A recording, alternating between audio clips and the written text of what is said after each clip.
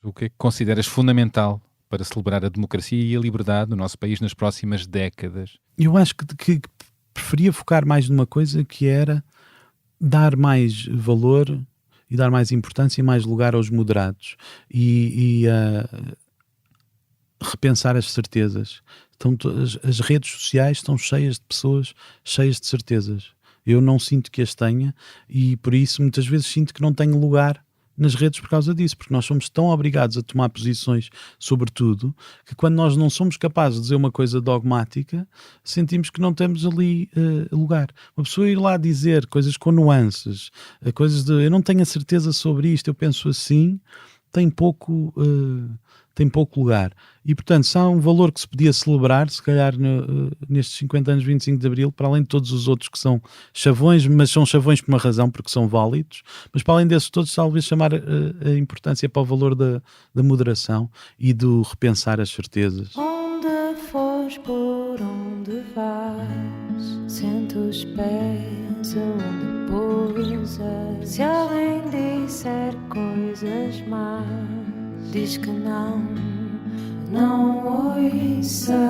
Vê a beleza das pequenas coisas, a beleza das pequenas coisas, a beleza das pequenas coisas, a beleza das pequenas coisas. Uma conversa com Bernardo Mendonça.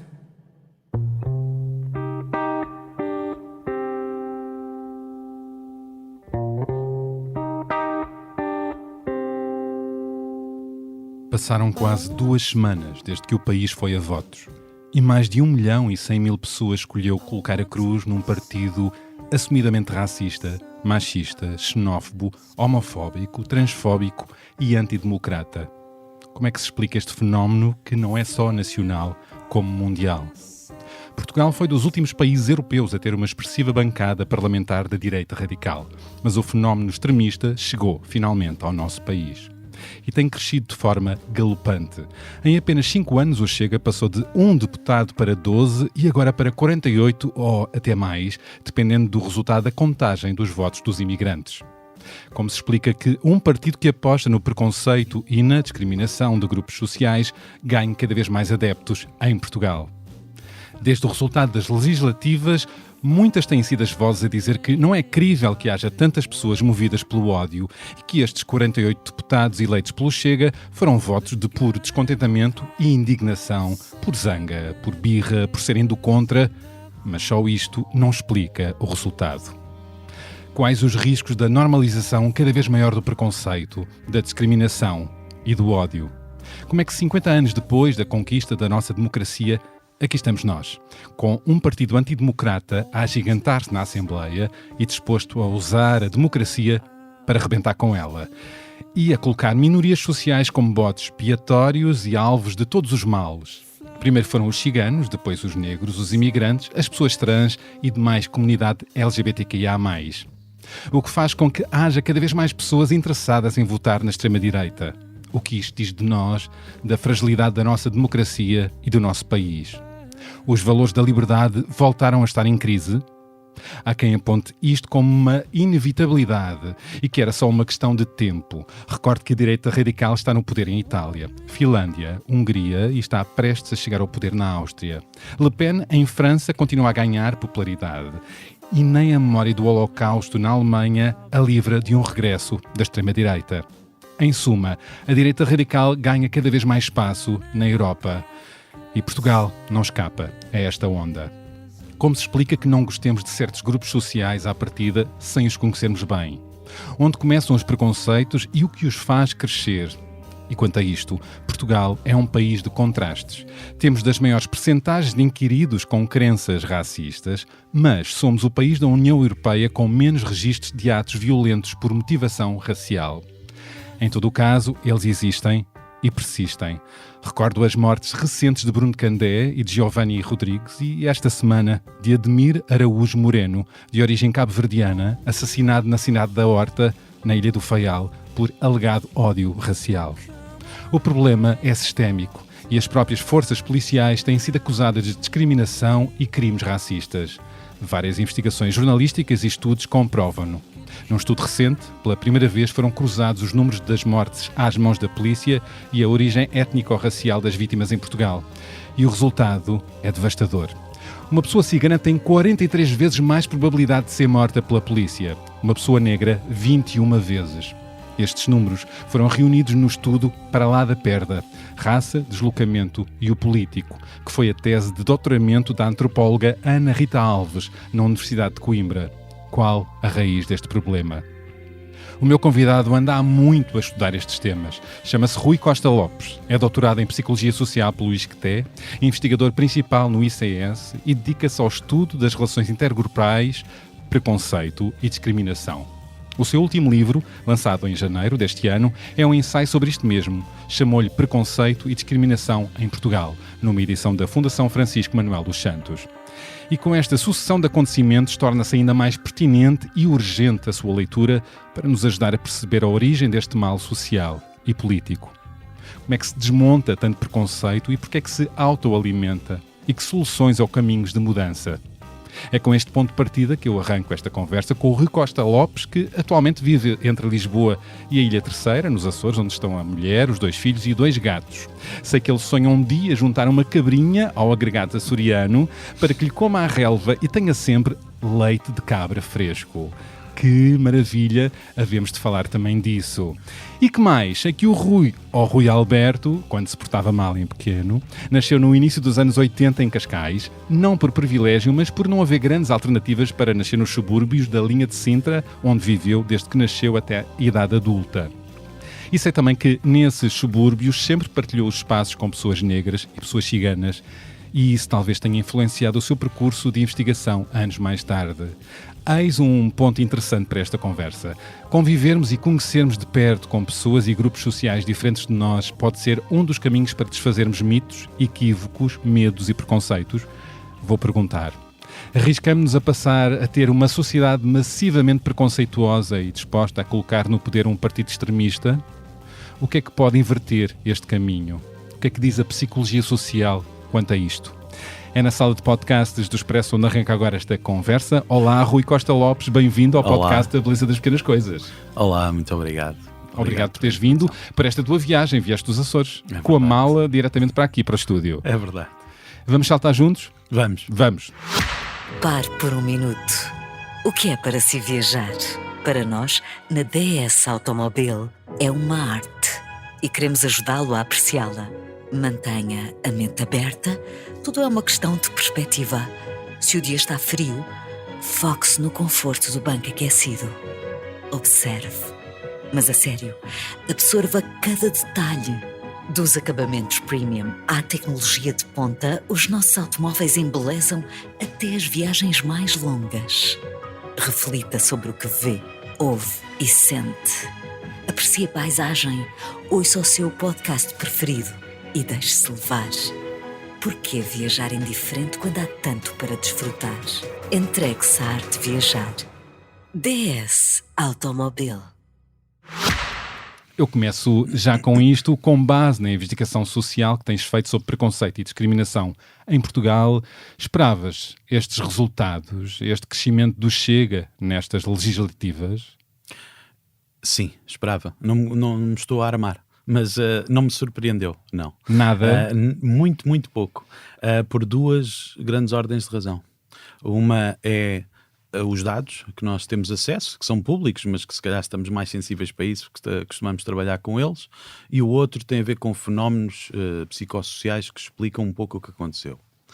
Em relação aos dados, confrontar aquilo que se tem discutido, exatamente como dizias no início, de que muita gente discorda da ideia, até o próprio Pedro Nuno Santos a dizer que nós não temos 18% de racistas. Ele tem razão, nós não temos 18% de racistas, mas temos muito mais do que isso. Temos mais do que isso. De pessoas com crenças racistas. Não é? E a opinião pública, os fazedores da opinião quiseram-nos fazer crer nas últimas semanas que não existem tantos racistas e homofóbicos e xenófobos. Na verdade, existem mais. Podem ou não votar todos no Chega. Exatamente. Não é? Ou seja, por um lado, existem mais, sem dúvida que existem mais pessoas do que esses 18% que têm crenças racistas. Estamos a falar de dados do European Social Survey que nos mostra que mais de 60% dos portugueses que acreditam na ideia de raças diferentes e que são naturalmente menos inteligentes e menos trabalhadoras. Mais de 60%, mais de 60% de pessoas em Portugal têm essa crença. Exato. Nós temos, por exemplo, por um lado, eram 2 itens separados. A ideia de se a pessoa acreditava que certas raças, e aqui usando o termo obviamente entre aspas, que eram naturalmente menos inteligentes, temos 41% de pessoas que diziam isso. E depois 68% que achavam que eram naturalmente menos trabalhadoras. Agora, pessoas que concordavam até com estes 2 itens, superava, penso que, os 60%. Agora, de facto, é como tu dizes, não é isso que explica os 18%. É uma peça do puzzle. É uma peça do puzzle e faz-me confusão que tenho visto isto como, eu acho que se calhar as pessoas discordam porque estão a tentar encontrar a causa para o voto no Chega, quando, como tu próprio disseste, até num texto de opinião, que de facto é um somatório de causas, não é? E de facto é isso, eu acho que está lá tudo metido. Acho que por um lado, eu lembro de ter ouvido de uma pessoa que por um lado sim, disse que votou no Chega porque queria que a filha tivesse a oportunidade de viver o Portugal de antes, que ela tanto apreciava. E portanto temos isso, o saudosismo. O saudosismo, e há pouco antes de começarmos a falar, falaste-me de que o saudosismo pode explicar em parte o negacionismo de quererem fazer-nos crer que não existem tantos racistas e xenófobos em Portugal. É verdade, seja o saudosismo, seja referirmos isso no sentido de um orgulho desmesurado num passado das colónias. Em que esse passado exatamente está relacionado com os, mais uma vez entre aspas, descobrimentos e a existência de colónias. Nós somos, mais uma vez, dados destes grandes inquéritos que nos mostram que nós sempre tivemos muito orgulho no passado de Portugal, e quando pensamos qual é que é o orgulho, quais são as dimensões do passado que estamos a falar, normalmente é isso. À base da escravatura ou da exploração de povos. Essa parte não dá tanto jeito a falar, mas sim, com certeza que é isso que está por trás. Ou seja, as pessoas não estão a pensar naturalmente nessa parte quando estão a pensar no seu orgulho, estão a negligenciar naturalmente essa parte quando pensam no orgulho. O que é certo é isso, é que é uma parte tão fundamental da nossa identidade que se nos tirarem isso, quem é que nós somos e que razões é que Portugal tem para ter orgulho na sua existência, e por isso é que está associado a esse saudosismo, por isso é que temos tanta dificuldade em abdicar desse saudosismo, porque ficamos com poucas razões de orgulho. Havia então já um certo contexto de preconceito em Portugal que fazia adivinhar este crescimento da extrema-direita. Sim, é isso, é a outra razão. Portanto, por um lado era a história dos números, nós vemos que havia pessoas com estas crenças, mas a outra grande razão tem a ver com a razão pela qual isto não surpreende, que há uma teoria em ciência política que fala da existência de uma espiral de silêncio. E essa espiral de silêncio, a ideia central é que, em relação a certos assuntos mais polémicos, os indivíduos omitem a sua opinião quando sentem que essa sua opinião entra em conflito com a opinião dominante. Têm medo de sofrer sanções sociais, não querem ser marginalizados por se exprimirem de uma determinada forma. E, portanto, fala-se enquanto imagem de um gigante adormecido. Um gigante, exatamente. Que está a despertar agora, a sentir-se legitimado. E porquê é que estava adormecido e porquê é que está acordado? Ou seja, as pessoas vão comunicando isso de uma forma muito tímida. Por exemplo, quando uma pessoa, um pequeno grupo de pessoas quebra essa espiral de silêncio, isso já acaba por ser suficiente para todos se sentirem mais à vontade para exprimir essa posição. Bastou surgir André Ventura, com o Chega. Bastou surgir um líder muito competente que sabe instrumentalizar essa coisa, mas principalmente que vem normalizar certas coisas, não é? Normalizar, e, portanto, certas coisas. E é disso que eu gostava também de falar contigo. Quais são os riscos desta crescente normalização no espaço público, na Assembleia, na televisão, nos mídias, nas ruas, à mesa, esta crescente normalização do preconceito?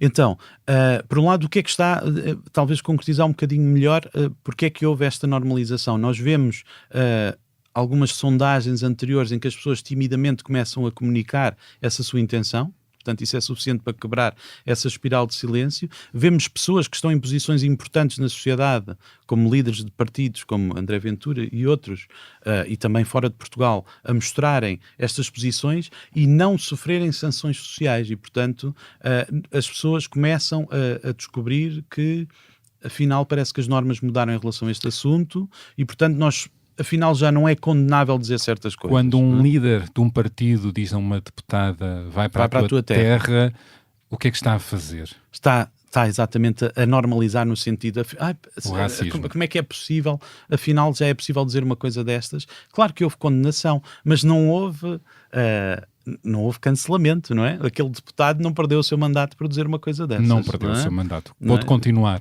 Exatamente. Enquanto político na Assembleia, não é? Mas, portanto, esta ideia desta, por um lado, da normalização de direita radical veio normalizar outras coisas. Veio normalizar atos que são associados a esta direita radical, como o preconceito e a discriminação. Há uma perda de vergonha. Há uma perda de vergonha. Crescente. É por isso que eu digo que não surpreende, porque, como diz o Vicente Valentim, um politólogo que tem trabalhado sobre esta ideia da normalização da direita radical, isto surpreenderia, um crescimento tão grande surpreenderia se estivéssemos a criar estas ideias na cabeça das pessoas, mas não é isso que está a acontecer. Essas ideias já lá estão adormecidas e estamos a dizer que afinal eles as podem exprimir e por isso podem crescer tão rapidamente. E talvez já nos cruzamos, certamente, aqui e ali, no café, num bar... num contexto mais seguro, talvez. Seguro, não é? Ou mais solto, exato. não é? De ideias deste género. Só que, entretanto, ganharam uma validação e lugar, e mais lugares na Assembleia. São pessoas que já tinham estas crenças e valores que são valores e crenças que são veiculadas pela direita radical, mantinham isso escondido ou nesses contextos mais seguros, e estes fenómenos vieram normalizar essas crenças e valores e, portanto, as pessoas já se sentem novamente confortáveis em afirmar estas coisas. Agora, eu também acho o seguinte, eu não acho que isto seja o que aconteceu com a totalidade dos 18%, acho que há com certeza outras causas o descontentamento, o descontentamento, exatamente. O voto de protesto também, só que não é só isso. Os casos de corrupção, sendo que o Chega, ele próprio, tem sido alvo de acusações e na justiça de casos de corrupção, não é? Portanto, aqui, na verdade, é um partido que lança as ideias orelhudas que mobilizam, que as pessoas querem ouvir, não é? No fundo, vão atrás da percepção. Não é?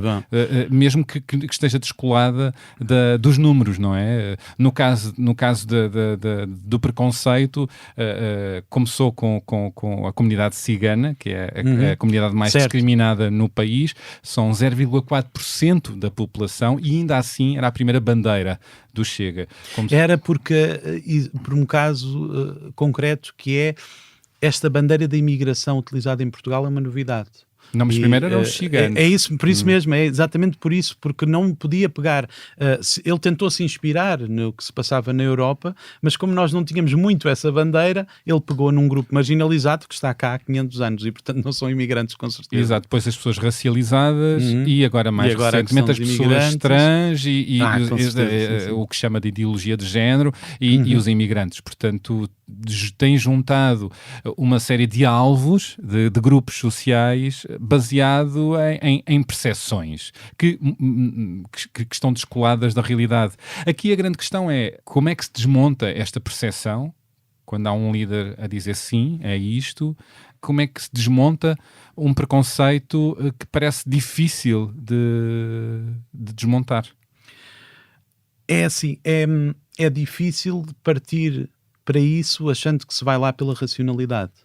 Não é pelos números, não é pelos factos, pelos números, não é pela verdade, o que é estranho. Se isto tem a ver com valores, é muito difícil mudar e argumentar racionalmente, até porque se pegarmos nas questões do fundamento e das estatísticas, vamos perceber que não se tem razão. E até mesmo a questão da falta de racionalidade também está aí quando dizias a história de o Chega pegou nisto da corrupção, quando eles próprios também são afetados por casos de corrupção. Porque é que eles não são... Como é que eles podem... Exato, porque é que eles não são penalizados se eles também cometem nos votos, esses atos? Eu acho que tem a ver com esta ideia de que há bandeiras fundamentais e pode ter a ver com valores de preconceito e essas ideias de discriminação, mas pode ter também a ver com outras coisas que são absolutamente fundamentais para certas pessoas que as fazem defender este partido, e a partir desse momento pouco interessa a questão dos fundamentos das estatísticas de racionalidade. Digo, por exemplo, que no caso de Trump, nós sabemos que há um grande apoio de Trump que tem a ver com os evangelistas e a ideia do aborto, e com grande sucesso. Ele conseguiu exatamente fazer aquilo que os evangelistas queriam. E, portanto, a partir daí não interessa mais nada, não interessa os disparates todos que ele diz, vai ter sempre esse apoio por causa de uma ideia fundamental. E é possível que no caso do Chega também haja ideias fundamentais que faz com que as pessoas estejam mobilizadas para isto, pode ser até a questão do protesto e simplesmente queremos mudar isto tudo. E vou ignorar, vamos limpar e, portanto, vou ignorar tudo o resto. Os políticos estão no poder, disso. não é? Mas, fundamentalmente, é isto, é a ideia de que não é por racionalidade, não é por mostrarmos estatísticas que vamos convencer estas pessoas. Como é que é possível limpar este preconceito que vem de longe sobre tantos grupos, tantas minorias? Usando a expressão limpar, não é? Certo. Usou na campanha. A apropriação. É assim, eu posso dar respostas sobre isto, respostas que vêm da psicologia social, fundamentalmente, mas sempre a ideia de que estamos a falar para uma franja mais limitada, se calhar não é mais limitada, se calhar é uma franja maioritária, mas no sentido em que não vamos falar para essas pessoas para quem... não estamos no campo da racionalidade, mas para o campo das pessoas que estão ali que ainda existe aquele espaço de diálogo. Ainda serão muitas, ainda serão muitas e espero que sim, que sejam uma maioria. Há abordagens de facto sobre isto, há duas grandes abordagens fundamentais promovidas pela psicologia social e depois outras fora da psicologia social, mas queria aqui mencionar duas, uma que tem a ver com o contacto. Conhecer estas comunidades. Portanto, ou seja, o contacto, a teoria é mais complicada do que isso, diz que deve obedecer a um conjunto de condições, mas a ideia fundamental é que um contacto positivo e frequente permite a desconfirmação dos estereótipos, permite individualizar as pessoas, permite principalmente deixarmos de pensar nestas pessoas como membros de grupos, como os ciganos ou as pessoas negras, e pensarmos nelas como uma determinada pessoa com um determinado nome. E, portanto, o contacto também permite a empatia.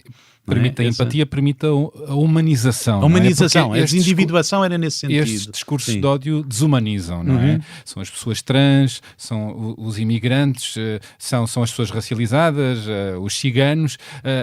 Há uma constante desumanização, uma chacota, são o perigo, são a ameaça. É muito fácil fazer isso quando estamos a falar de grupos abstratos e algo distante, exatamente. E, portanto, quando se cria um convívio, uma aproximação, desmonta-se também muitas das percepções negativas. Exatamente.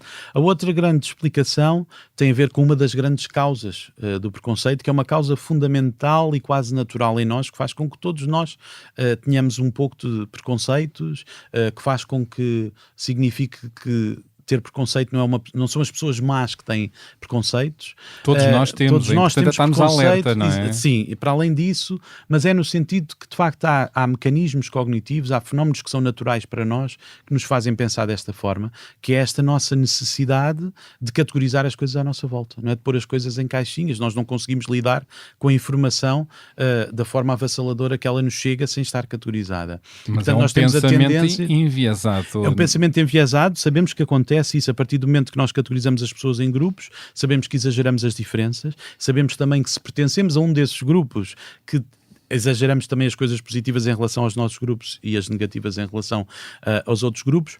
E, portanto, sabemos que existem essas consequências negativas da categorização. E, portanto, uma outra solução tem a ver com brincar, entre aspas, com esta categorização, no sentido de pensar, não somos nem portugueses e espanhóis, somos todos ibéricos, não somos nem brancos, portugueses, brancos, ciganos, negros, somos todos humanos, não é? Tem a ver com chegar a um nível abstrato, mais abstrato de categorização, onde pertencemos todos ao mesmo grupo. Isso é interessante. Completa-se agora os 50 anos do 25 de Abril, da nossa democracia. Eu pergunto se vivemos agora uma luta civilizacional e se os valores de Abril e as noções de igualdade, e liberdade e direitos humanos estão em crise e com os dias contados. Eu acho que não estão em crise no sentido de haver uma hegemonia dos valores contrários. Acho que nós temos uma grande polarização que não tínhamos e, portanto, esses valores que falámos, desses valores de Abril, eram talvez hegemónicos e agora talvez sejam um bocadinho menos hegemónicos, mas simplesmente a outra facção é que ganhou uma grande representatividade. Não é? E estes valores contrários aos valores de Abril têm tendência a crescer. Nós vemos uma direita conservadora, como a ala mais conservadora do PSD, já a agarrar numa certa agenda do Chega. Pedro Passos Coelho, na campanha, nesta campanha das legislativas, comparou a imigração... Queremos imigração, mas queremos um país seguro. Ligou a insegurança à Exatamente. imigração. Sim. E os dados indicam o contrário. Não há insegurança por causa dos imigrantes. Exatamente. Aliás, eles contribuem bastante para o sistema de segurança social. Para a segurança social. Não têm contribuído para o aumento dos níveis de criminalidade. E, portanto, havendo um discurso que se aproxima do Chega de outra direita mais democrática, isto o que é que diz da democracia? Que há uns certos valores de Abril que se estão a esvaziar e que podem esvaziar-se mais? Eu acho que é mais conversa que seria mais apta para um politólogo, mas eu diria que isso é uma questão de estratégia política e que, principalmente, do pouco que eu sei desse assunto, é que não resulta. Ou seja, normalmente quando aulas de centro-direita tentam roubar essas bandeiras aos partidos da direita radical, não é que vão roubar os votantes à extrema-direita, é que vão, lá está, a contribuir para a normalização e as pessoas vão pegar no produto original. Mas e, isso é o risco. Mas é o que já se mostrou que aconteceu lá fora. É fazer com que a extrema-direita cresça. Exatamente, mas é o que se mostrou lá fora, é isso, é que se tentam roubar, mesmo que vão buscar as bandeiras de uma forma um bocadinho mais moderadas, então as pessoas pensam, então afinal está-se a normalizar ainda mais, as pessoas não pensam nesses termos naturalmente, mas está-se a normalizar ainda mais esse tipo de coisas, quer dizer que é aceitável e eu vou pegar no produto original. Sobre o normalizar destes preconceitos que andam a ser propagados mais por um determinado partido, extrema-direita em Portugal, fala-se muito que os mídia levaram ao colo o líder deste partido, nos programas da manhã, e não só, fala-se das redes sociais, fala-se da forma como o Chega usou... Que é um partido que usa como mais ninguém. O TikTok para os jovens, como ninguém, e os seguidores que o Chega tem no TikTok, particularmente o André Ventura, é incomparável com os outros partidos e os outros líderes. Como é que tu olhas para isto? Onde é que tu vês que foi mal? Houve causas para isto? Houve razões para isto? Eu acho que as causas, quer dizer, eu acho que contribuiu mais uma vez para a normalização. Por outro lado, eu compreendo a lógica capitalista que esteve por trás disto. É natural, os jornalistas perceberam o que é que... o soundbite. As redes sociais sabiam os cliques que isto dava, os likes, isto tudo. Portanto, pensando nessa lógica, eles tomaram a decisão correta. E a comunicação social, alguma comunicação social, ou do entretenimento, ou do jornalismo, dos mídias, ficaram alerta a este soundbite e alguns foram atrás. Exatamente, acho que sim, acho que houve essa lógica de isto tem sucesso, nós vamos dar isto porque nos parece que é isto que as pessoas querem ouvir. Não aprendemos nada com o que se tem passado no mundo. O que é que... Nós parece que estamos sempre, nós portugueses em Portugal, estamos sempre muito atrás dos fenómenos. Parecia, eu há pouco comentava contigo, que eu era dos otimistas, achava que esta vaga da extrema-direita nunca chegaria com a mesma expressão a Portugal e, pelos vistos, está a chegar. Nós achávamos que tínhamos que esse passado nos protegia e a memória da ditadura lusotropicalista, ou então a questão da ditadura nos protegia isso, mas como dizes na introdução, até em países como a Alemanha, em que a coisa está tão próxima, também isso não foi o suficiente para se imunizar em relação a isso. Como é que a psicologia social explica isto? A memória tem um tempo contado e desvaloriza o que ficou para trás? Não há memória? É cíclico porque é o saudosismo? É o quê? não é que não houvesse memória, tem a ver com os conteúdos talvez benevolentes das representações do passado. Ou seja, talvez se nós tivéssemos representações mais realistas do que aconteceu, tivéssemos verdadeiramente mais imunizados para isto. Estou a pensar no caso português, que não vejo isto, se eu tentar transpor isto para o contexto alemão, não está a fazer sentido. Não está a fazer sentido nenhum. Mas pensando no caso português, o que nós queremos dizer é exatamente porque nós víamos como, de forma tão benevolente, o nosso passado. Há uma romantização dos tempos de Salazar. Exatamente. Eu estava a falar em relação ainda mais atrás, mas que aconteceu principalmente no Estado Novo, a romantização do nosso colonialismo, e exatamente por ser de uma forma tão positiva, nós achámos que estávamos imunes por essa mesma razão. Nós somos diferentes, nós conseguimos fazer as coisas de forma diferente e, portanto, isto a nós não nos vai acontecer. Imagino que pudesse ter a ver com isso.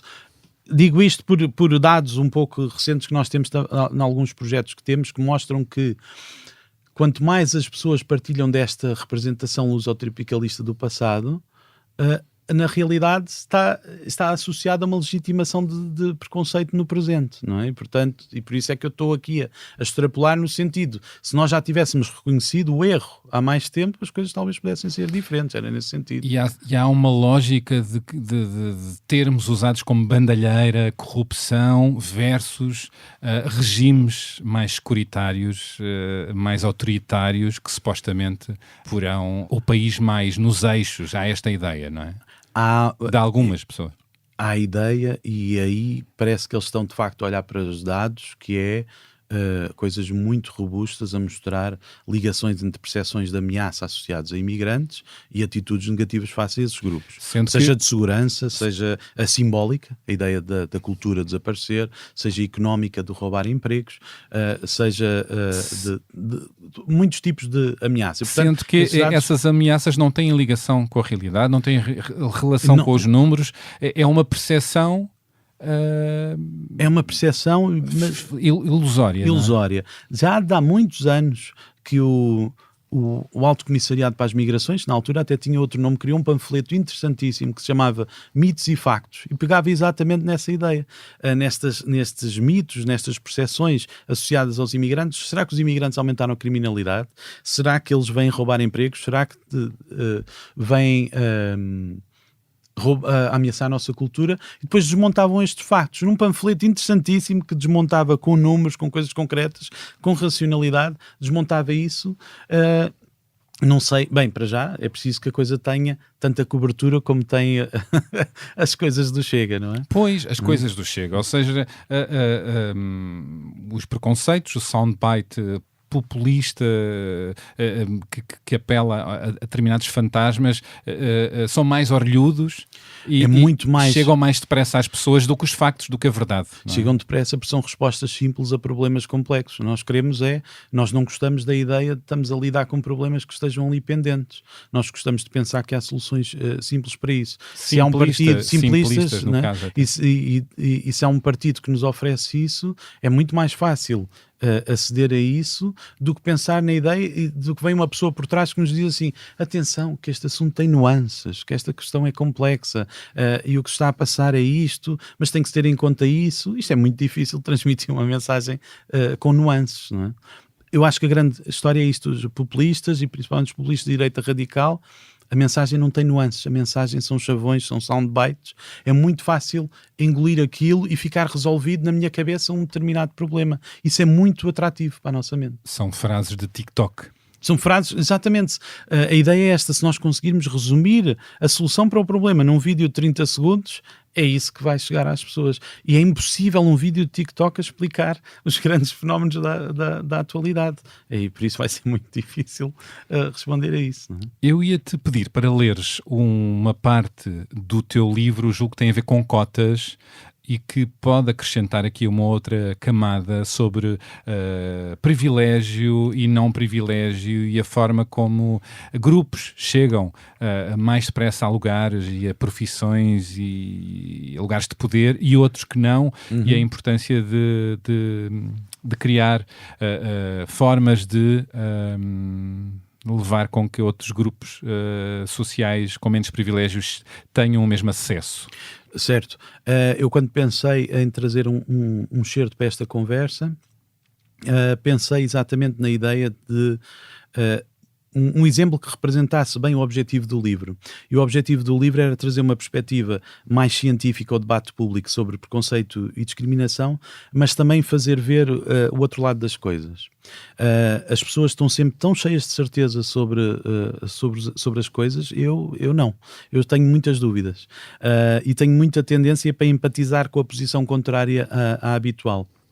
E, portanto, há partes no livro que eu tento fazer isto, e esta parte em concreto que é sobre as cotas e que está no campo das soluções, não é? O livro está organizado no sentido de um diagnóstico do problema e depois das causas e das soluções, que é a última parte do livro. E esta última parte do livro, onde estão as soluções, como aquilo que já falei do contacto e de mexer com a categorização, também falo lá no exemplo das cotas, em que eu acho que é um bom exemplo desse princípio do livro de tentar ver do outro lado, porque é muito fácil ser contra as cotas. E então eu tentei com esta parte do livro tentar fazer ver o outro lado disto, porque é que as cotas são importantes, mas lembrando também as razões da sua oposição. Claro, é isso que eu tento transmitir nos certos. E percebemos a importância das cotas, no caso das mulheres na Assembleia, por exemplo, havia uma desigualdade absurda pelo viés de pensamento, não é? Pelo viés da escolha. A ideia das listas da alternância homem-mulher foi um fundamental e cada vez há mais vozes. E o mundo não acabou. O mundo não acabou, o mundo ficou mais interessante. Ficou mais rico, ficou mais interessante, mais representativo. Mais representativo da sociedade. Então vamos ouvir um bocadinho. Então, as cotas são uma das ferramentas que fazem parte de uma abordagem mais genérica, que é a política de ação afirmativa. E com as cotas nós dizemos que uma certa percentagem ou proporção de lugares deve ser ocupada por determinados grupos, seja minorias étnicas, grupos racializados, mulheres, etc. Trata-se de uma medida altamente polémica, sendo argumentado por alguns que as cotas são discriminatórias em relação às pessoas que não pertencem a esses grupos, entre aspas, protegidos. E por norma, quem argumenta contra as cotas evoca a necessidade de um sistema meritocrático. Ou seja, um sistema em que se escolhe o melhor candidato apenas com base nas competências daquele seria então o mais justo porque não permitiria discriminação. O problema de se adotar uma lente meritocrática neste contexto é que esta é miúpe em relação às desigualdades estruturais. Consideremos o The Race of Life, que é um vídeo que nos mostra jovens brancos e negros prestes a participar numa corrida em que ganha quem chegar primeiro à meta e que receberá por isso $100. Mas antes de dar a partida, o juiz pede aos corredores que deem 2 passos em frente por cada condição que seja verdade no seu caso pessoal. Se tiveram educação em colégios privados, se nunca tiveram de trabalhar para ajudar os pais a pagar as contas, se não tiveram de trabalhar para pagar a universidade, se nunca passaram fome, etc. No fim do discurso nós vemos alguns jovens bem mais adiantados e bem lá atrás, na linha de partida, um grupo composto quase exclusivamente por negros. O juiz da corrida tenta explicar o que é que isto reflete. É que um membro de um grupo estigmatizado nasce frequentemente num contexto pejado de obstáculos, que decorrem de desigualdades estruturais que emergiram muito antes do seu nascimento. Ora, quando nós adotamos uma lente meritocrática, olhamos apenas para os candidatos no presente. Se o candidato branco é o melhor, então é ele o selecionado. E, portanto, olha-se apenas para o que acontece na linha de chegada.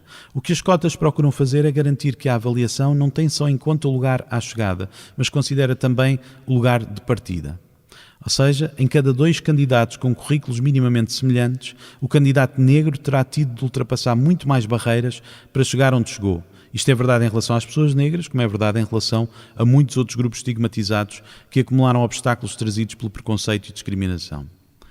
Uma grande barreira na aceitação de cotas é que o que as pessoas veem à sua frente é o presente. E na situação presente nós vemos, por exemplo, uma pessoa branca a ser discriminada para favorecer uma pessoa negra, ou uma mulher a ser favorecida sobre um homem. E essa pessoa branca, ou esse homem, muito dificilmente terão culpa dos privilégios com que nasceram. Trata-se, sem dúvida, de uma questão bastante polémica e sem resposta definitiva à vista. Mas de importante reflexão, não é? Obrigado pela leitura.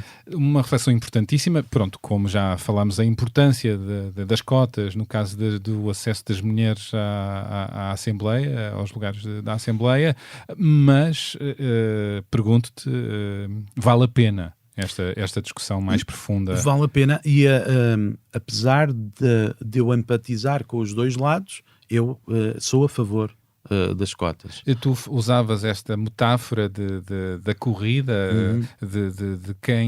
dos corredores que à partida estavam logo mais à frente. Eu comecei a imaginar um grupo de jovens brancos, de classe média alta ou alta, que estariam já perto da meta, na verdade.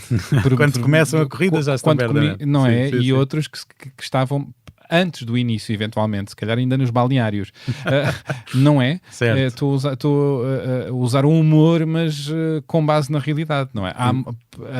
A diferença do pontos de partida pode ser enorme para os pontos de chegada, aos empregos, aos lugares de poder, ao acesso a vários lugares da sociedade, não é? Certo, tem a ver com as tais desigualdades estruturais. Onde é que estas aparecem? Tem a ver com uma... ou seja, ainda que o preconceito e a discriminação aconteçam em interações individuais, estas têm ramificações muito institucionais, sistémicas e depois estruturais, historicamente, obviamente. E, portanto, esta acumulação destas interações preconceituosas e discriminatórias leva, a um nível estrutural, a estas desigualdades muito maiores. Se um negro é preterido numa entrevista de emprego, se uma pessoa negra ou uma pessoa cigana tem menos oportunidades no sistema educacional, isso dita muito das oportunidades que vai ter, o tipo de empregos que vai ter, o tipo de círculos onde vai, o tipo de círculos que vai se frequentar. Já para não falar da forma como a sociedade olha para estes grupos e se os chama, claro, ou não, se não os chama, não é? Sim, mas o que eu queria dizer era que o facto de eles não terem certas oportunidades, por vezes, tem a ver com discriminações interindividuais, não é? Por exemplo, que foram discriminados numa entrevista de emprego, foram discriminados no acesso a uma determinada franja do sistema educacional e tem estas consequências. E isto depois, geracionalmente, é um lastro pesadíssimo, não é? E, portanto, a pessoa... Ou seja, ironicamente, o que acontece é que este preconceito coloca as pessoas numa situação, e em situações mais complicadas, que às vezes até os faz agir de determinadas formas, não é? De casos sem qualquer esperança, em que têm que recorrer a comportamentos desviantes. Desesperança, não é? Exatamente, para lidar com as suas dificuldades, e que, ironicamente e perversamente, isto parece legitimar o preconceito que há em relação a estes grupos, não é? Pois isto pode ser visto de muitas maneiras, não é? A forma como a justiça olha para uns e para outros perante os mesmos atos, a forma como as forças policiais olham para uns e para outros, e agora trago para aqui o estudo recente que eu falei no início, em que cruzaram o número de mortes às mãos da polícia e a origem étnico-racial das vítimas em Portugal, e pronto, e o resultado foi o que eu disse. Uma pessoa cigana tem 43 vezes mais probabilidade de ser morta pela polícia, uma pessoa negra 21 vezes. Isto já diz tudo, não é? É verdade, eu estava aqui a ver se encontrava exatamente, eu tinha um comentário exatamente sobre essa história, por causa da forma que eu vi aquela notícia e pensei, pronto, isto não me surpreende. Aliás, alguns dos meus estudos têm mesmo a ver com estes dados, mas eu olhei para aquela lead da notícia e fiquei preocupado, não pela razão óbvia, que é o que isto nos pode querer dizer, mas pela outra razão, que é: estes dados também podem ser instrumentalizados no sentido exatamente contrário, não é? As pessoas, uma pessoa que vota no Chega é capaz de olhar para estes dados e pensar, lá está, era mesmo o que eu imaginava. Pois claro que eles são mais mortos pela polícia, claro, se eles são mais propensos ao crime, é natural que eles sejam mais procurados. Cínico e maldoso. Certo, mas sendo que as forças policiais matarem pessoas está sempre muito errado. Com certeza. Não, eu estava a pensar numa forma mais genérica, a ideia de que isto legitima uma ação mais musculada por parte da polícia, era nesse sentido. Sendo que as investigações, eu cruzei isto com as investigações jornalísticas feitas por vários órgãos que provam que há, de facto, uma agenda racista por parte de algumas forças policiais. Pronto. E é sistémico isto, portanto... E o que eu queria dizer era neste sentido de que o que provavelmente as pessoas vão contrapor a essa ideia, a esta acusação, muito provavelmente vão contrapor a ideia de que este profiling, que é uma espécie de um racial profiling, é fundamentado, ou seja, na realidade o que eles para já vão usar, para já dizem que não é um profiling de pessoas, vão dizer que é um profiling o termo que eles utilizam é de zonas urbanas sensíveis, ou seja, está relacionado com a ideia de que o trabalho da polícia tem naturalmente de sustentar em probabilidades, que por sua vez se baseiam em estatísticas, mas o que eu queria dizer aqui é que o grande problema aqui é que estas probabilidades e estas estatísticas nascem dessas desigualdades estruturais. Isto faz-me lembrar o de George Floyd, não é? Nos Estados Unidos, assassinado por um polícia. Isto foi filmado e ficou na memória de todos nós. A América é um bom exemplo, um mau exemplo, no caso, de forma como as forças policiais são mais racistas. Mas eu queria desenvolver um pouco esse ponto, porque eu acho que este é muito importante, esse é um caso em que nós temos duas posições muito fortes.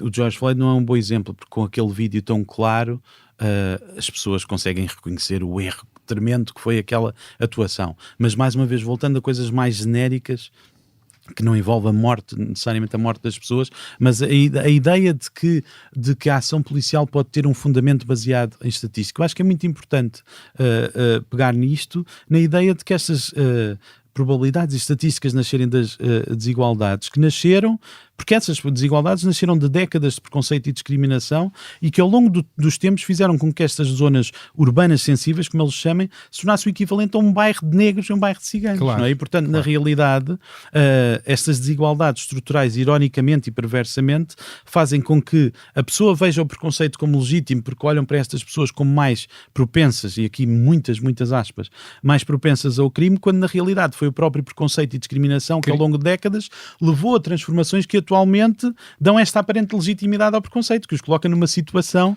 e que os colocaram em desvantagem. Em desvantagem, na verdade, exato, quando acabou a isso. escravatura em muitos países, grupos enormes de população racializada não tinham como trabalhar, não tinham quem os empregasse, e portanto a história conta-se Exatamente. Da forma como uns e outros e quem nasceu nessa altura, na essas pessoas que nasceram nessa altura não têm culpa dessas circunstâncias, mas vão ser julgadas ao longo da vida por essas circunstâncias. É isso. Escreveste este livro e lançaste-o agora em janeiro. Tu já estudas estas matérias há uns anos, não é? Certo. Mas isto está a ganhar cada vez mais relevância. Este teu olhar, este teu livro, não é? Imagina, enquanto psicólogo social, esperavas, não é? Esperava, e aqueles mecanismos que estávamos a falar, da questão da espiral do silêncio, a questão normativa de que isto são ideias que estão adormecidas e que há uma normalização destas atitudes e comportamentos negativos e não necessariamente um crescimento, faz com que isto não seja uma surpresa. Agora, também é preciso dizer que não é só ideias que estão lá escondidas, ainda voltando um pouco à ideia do impacto da direita radical no crescimento do preconceito e discriminação. Existem dois tipos de crescimento. Por um lado, o crescimento da expressão por essa normalização, ou seja, as pessoas já têm estas ideias e que passam a transmiti-las porque é normal. Por outro lado, há um impacto real na gênese do preconceito, no sentido do discurso que estas pessoas costumam utilizar, em que, acho que foi um pouco que referiste no início, no sentido que estes grupos minoritários são usados como bodes expiatórios, são os alvos habituais, vão sempre pegar nisto e nesta percepção de ameaça, vão sempre pegar nestes grupos como as grandes causas dos grandes problemas que o país enfrenta. E, portanto, a este nível também há um crescimento do preconceito e da discriminação que é real. As pessoas que se calhar não pensavam desta maneira e que passaram a pensar desta maneira. Portanto, temos as duas coisas. E que passarão a pensar mais, ou seja, é um ciclo que se alimenta. Pessoas exatamente, à nossa mesa exatamente. Vão começar a normalizar e a dizer com mais normalidade ideias nada aceitáveis há uns tempos, ou seja... Sim, eu quando comecei disse que eu estudo isto há uns anos e não só estudo como dou aulas sobre isto há uns anos e a minha conversa costumava ser esta, em relação às normas. Sim. A minha conversa costumava ser isto.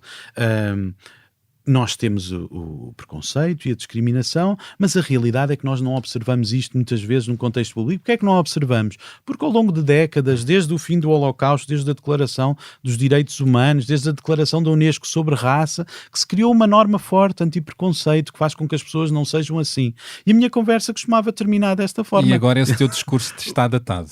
Está datado, em parte, no sentido de que não são estas normas que estão vigentes, mas continua a ser verdade a ideia de que as normas é que estão a condicionar o que se está a passar. As normas é que mudaram. O que ficou normalizado é que ficou diferente, não é? Portanto, é outra vez por uma questão normativa que nós estamos a assistir a transformações e a este surgimento de um preconceito às claras. Mas sim, mudou um pouco a história nesse sentido, é verdade. E a história ensina que isto pode progredir, não é? Pode progredir, pode, com certeza que sim. Principalmente a ideia de que as pessoas têm...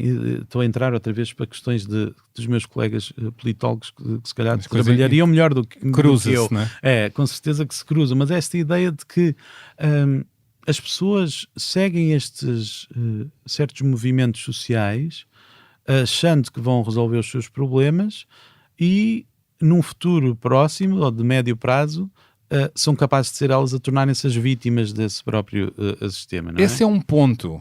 Esse é um ponto.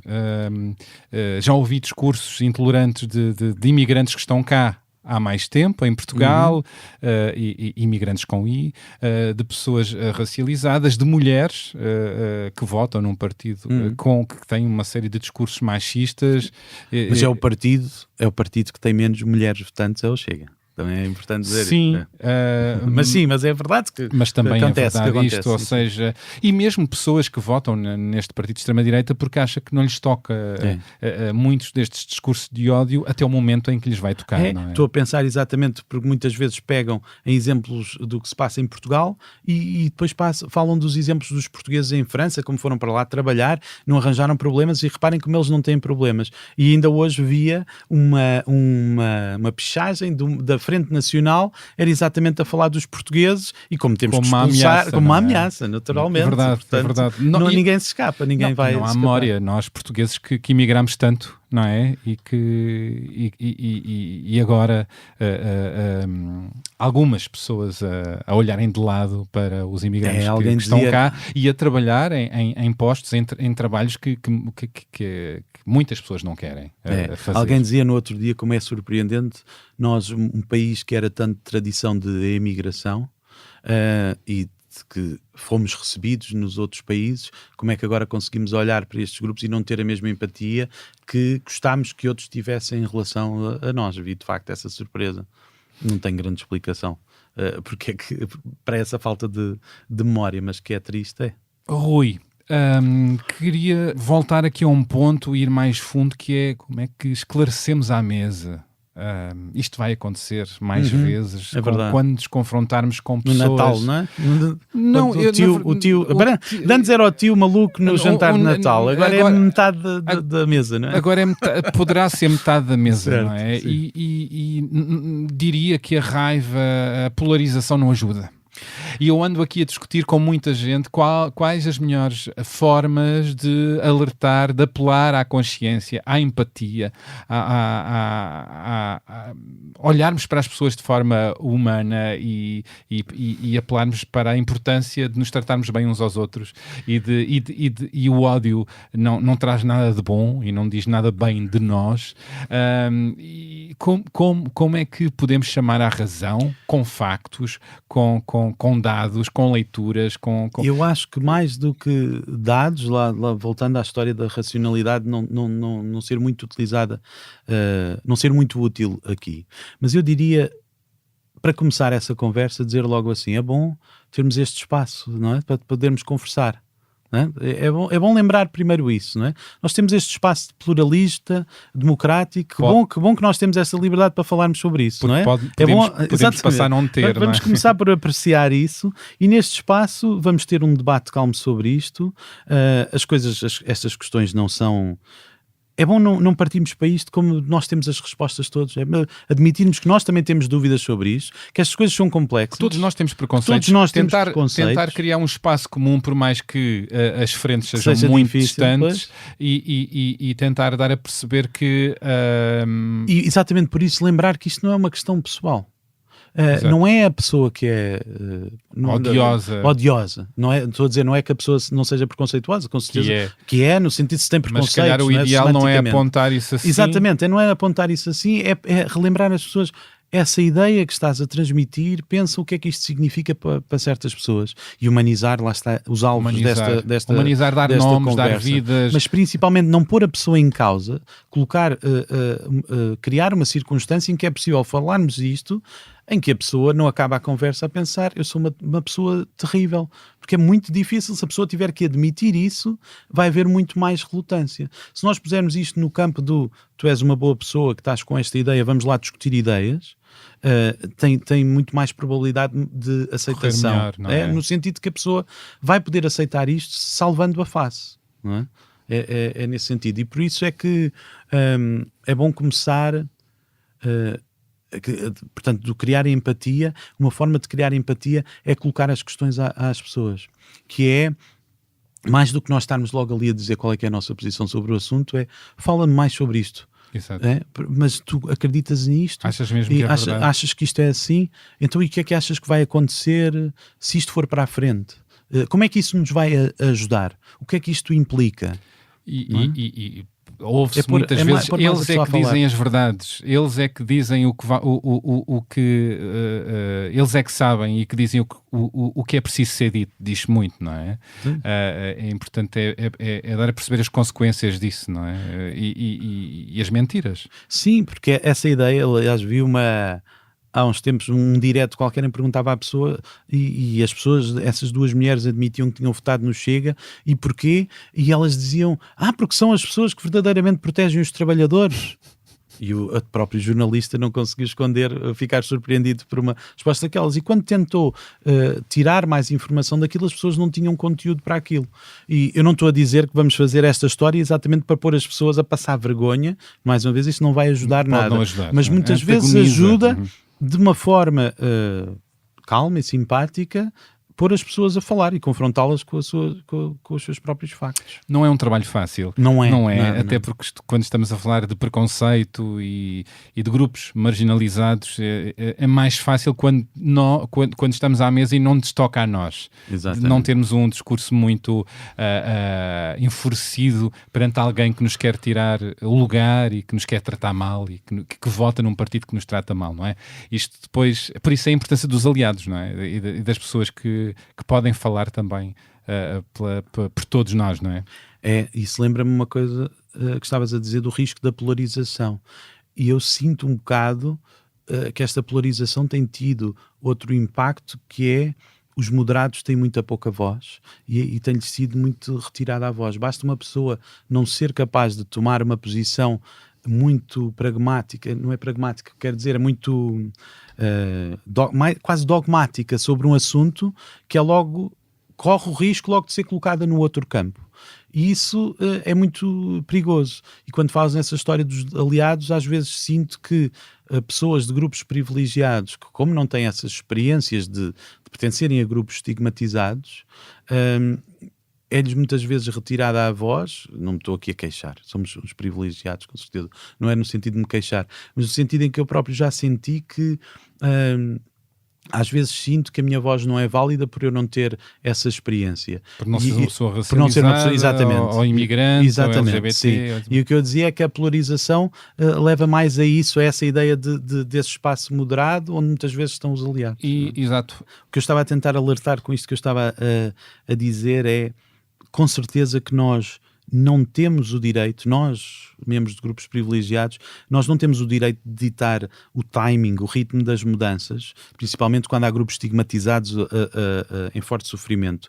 Mas enquanto cientista social, o que eu queria alertar é isto, é que o que a pesquisa e a história nos mostram é que também acusações constantes de preconceito e discriminação, mudanças ultra rápidas e esta história da polarização, muitas vezes têm acabado por gerar um backlash, ou seja, uma inflexão conexão forte no sentido uns contrário. Uns contra os outros. E o que quer dizer é que as pessoas que estão ali num campo dos moderados, e quando veem este clima, muitas vezes são empurrados para o lado contrário. Têm uma maior tendência para ir para o lado contrário do que os convencer para o lado dos grupos estigmatizados, nesse sentido. Para refletir, andamos todos a pensar sobre isto e qual é o tom certo e ideal para que haja mais escuta e mais bom senso. E eu não tenho grandes respostas para isso. Eu espero que fique claro nesse sentido. Eu acho que é muito difícil. Mas eu estou a lançar as questões também para quem nos está a ouvir. Exato. Pensar connosco também. E há vários olhares e todos eles válidos. Assim como a história também ensina que também muitas lutas raciais, minorias, etc., aconteceram porque alguém se levantou do autocarro, obviamente, alguém foi para a rua protestar,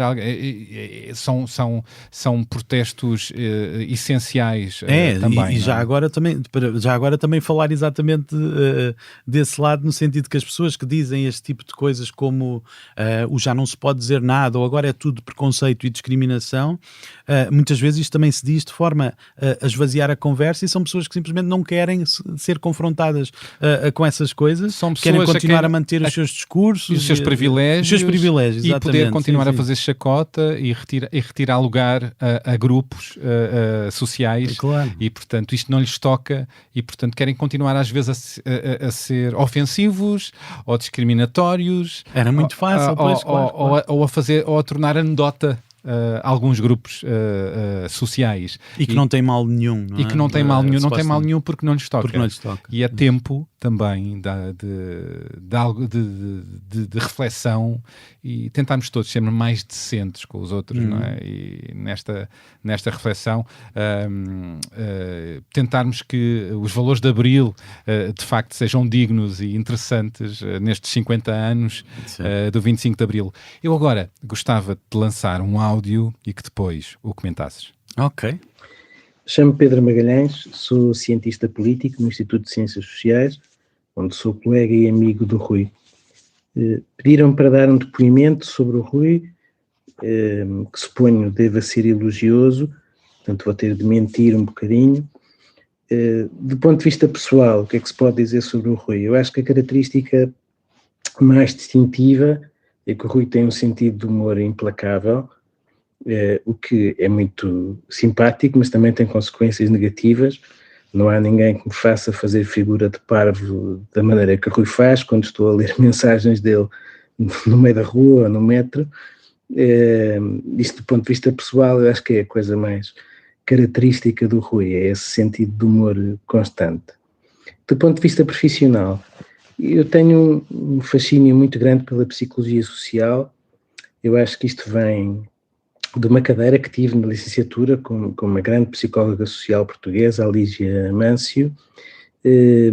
Interessam-me aquelas experiências clássicas da obediência à autoridade e de Klee, Kandinsky, aquelas coisas que hoje provavelmente já não se podiam fazer, já não passavam em nenhuma comissão de ética. Interessa-me também algo que a ciência política, aliás, primeiro a economia, depois a ciência política descobriram a questão da identificação causal dos efeitos que queremos estudar, das relações entre variáveis, algo que é intrínseco à psicologia social e que a psicologia social descobriu há muito mais tempo, através do método experimental. E interessa-me também que muitas das coisas que eu estudo, opiniões, comportamentos, atitudes, eu vejo no trabalho da psicologia social e no trabalho de pessoas como o Rui, muitas vezes até teorias e abordagens muito mais robustas do que aquelas que nós temos. Portanto, interessa muito a psicologia social. Eu suspeito que ao Rui também interessa muito aquilo que nós fazemos e que eu faço e que os meus colegas fazem. E acho que é por isso que nos entendemos tão bem. Eu acho que ele se interessa pelo facto de nós, como usamos menos experiências, temos inventado métodos estatísticos complicados para lidarmos com os dados que recolhemos, e interessa-nos muitas vezes aos dois virmos de perspectivas diferentes para explicar o mesmo fenómeno. Eu acho que foi isso que funcionou muito bem quando finalmente conseguimos fazer um artigo juntos, que saiu há pouco tempo. É um artigo que mostra como o discurso político sobre determinados grupos sociais, neste caso minorias sociais, pode por si só ativar e amplificar os preconceitos das pessoas contra esses grupos. E a pergunta que eu tinha ao Rui, nós temos falado ultimamente, mas não falamos tanto de trabalho, temos falado de outras coisas, do nosso amor pelos Açores e de muitas outras coisas, mas a pergunta que eu aproveito para fazer em público ao Rui é: o que é que nós vamos fazer a seguir? O que é que tu gostavas de fazer a seguir com este cientista político e com outros cientistas políticos? Um abraço. Ora bem, acabámos de ouvir o cientista político Pedro Magalhães, amigo e colega do Rui, que aqui destaca o sentido do humor implacável do Rui. Eu gostava de saber o que o faz rir e se há nele um humorista em potência. Que conclusões do estudo que fizeram sobre o discurso dos políticos e como é que isso pode sim ativar e amplificar os preconceitos? Já falámos um pouco sobre isso. Quero que ele me fale desta sua paixão recente pelos Açores, que o levou a ir para lá viver com a família, na Ilha Terceira. Qual foi o gatilho para essa mudança e de que forma a sua rotina e vida mudou com isso? Sei que ele sonha um dia juntar ao seu agregado uma cabrinha, não é? Para até ter bom queijinho e que lhe coma a relva, e não sei se um dos sonhos dele é transformar-se num bom pastor. E que outros sonhos e prazeres, vou perguntar-lhe. E agora que se celebram os 50 anos do 25 de Abril, o que é que o Rui considera fundamental para celebrar a democracia e liberdade no nosso país nas próximas décadas? E ainda a questão do Pedro Magalhães, claro. Que estudo ou investigação gostava Rui de fazer a seguir junto com cientistas políticos? Isto e muito mais, vamos lá ver até onde é que vai esta conversa. Para ouvirem na segunda parte, boas escutas.